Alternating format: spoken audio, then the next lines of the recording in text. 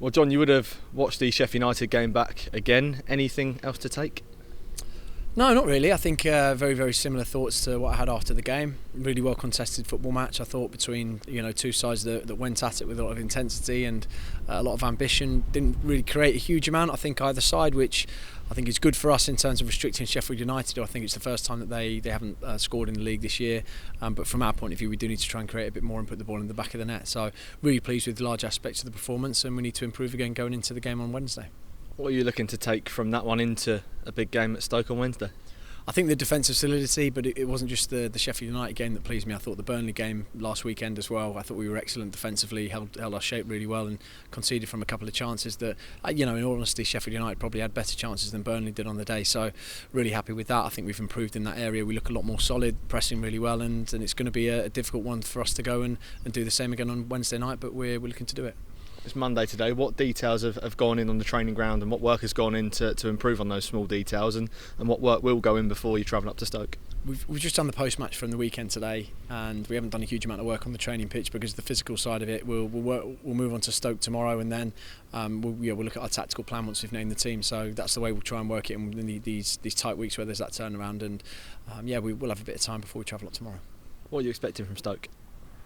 I think that they're a side who've obviously just changed the manager, changed the head coach, and you can see straight away that the sort of style that they're trying to implement, we can see what it is against Middlesbrough at the weekend.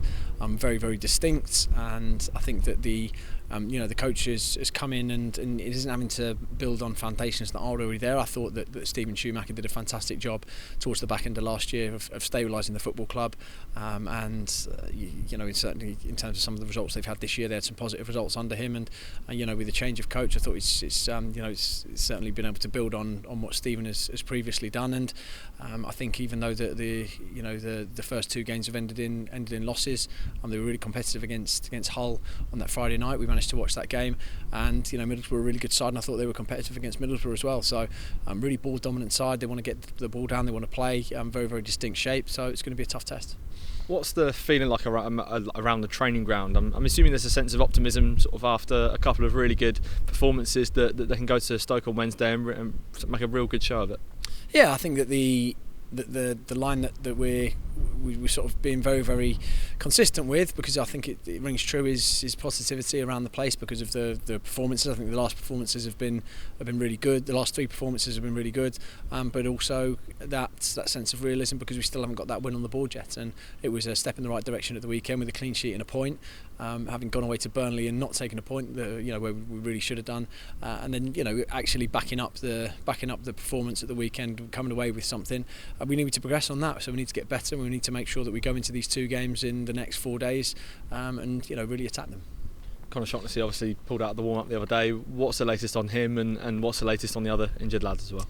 Connor's gone for a scan today. It's the same injury that he had previously, so we haven't really got an update on that other than the fact that Connor's really frustrated, and we hardly do anything in the warm-up, so it's one of those that has frustrated everyone. He was going to come into the starting line-up. Cassini's been back out on the grass. He's moving well, and I think it's going to be one way. He's not going to be ready for anything before the international break. I think that he won't even be back in training probably until the back end of that second week in the international break. But really positive steps with him because as soon as you take someone out of the physio room, it just looks a lot better seeing them out on the grass every day. I think everybody else has come through with a clean bill of health. Connor Ogilvie trained today, so he's fine. And then other than the long-term injuries with Abanon Colby, we're looking okay.